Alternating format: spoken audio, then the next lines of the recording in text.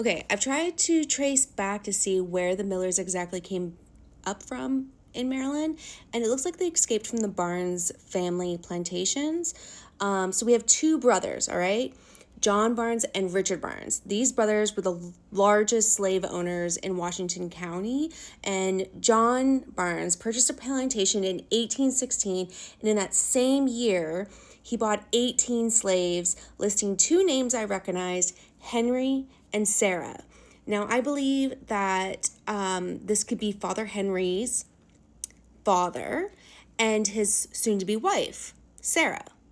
So with Richard Barnes, he owned 147 slaves across three plantations, and that's where Father Henry Miller, his mother, Priscilla, and his sisters lived and were allegedly paid hands.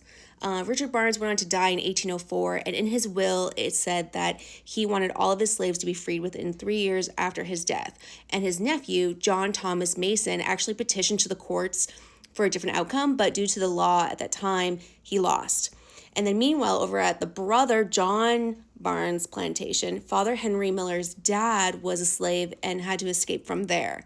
And I was curious to see what happened to all these plantation land down in Maryland. And honestly, the pop culture buff in me was also curious to see if any celebrities had gotten married on this land recently, since they tend to do that. And with Richard's plantation, his half-sister Mary lived there with one of her sons, John Thomas Mason. He lived there, and he went on to actually become Attorney General for Maryland in 1806.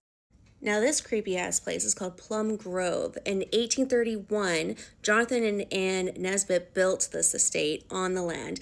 And by built, I mean they had their slaves build it. And they lived there until their deaths. And in 1893, the house actually got sold to Rosa Warner, an owner of a hotel in Clear Spring, where they used it to farm and sell fresh milk, eggs, produce, and meat for the hotel. And the house was rented. Plum Grove sat empty from 1967 to 1981, and it was mostly used for storage for the Board of Education, random, until they decided to restore the site and share the home with the community. And in 2012, the house was added to the National Register of Historical Places. And as for John's plantation, he continued to buy the land around it, adding over 420 acres to it, and gained the name Rosemary Lawn, as you can see here. And he never married or had any children, and he actually died in 1844, and it's reported that he's actually buried on site in the family cemetery. And in his will, he freed two slaves named Mark and William Ross. And then there's like a bit of a gap, and I couldn't find anything. And in 1860, I found that Joshua Barnes lived there, and on the eve of the Civil War, he was the wealthiest man in Wilson County, according to a census report. He owned 27,000, which is about 1.4 million Canadian dollars in today's money, of real property, and about 79,000, 4.1 Canadian dollars today, worth of personal property, with the main source of his wealth being slaves.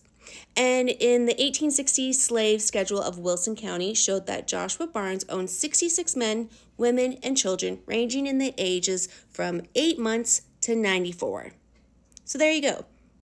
All right, so part 3, we will continue with Father Henry Miller's journey to Owen Sound, Ontario.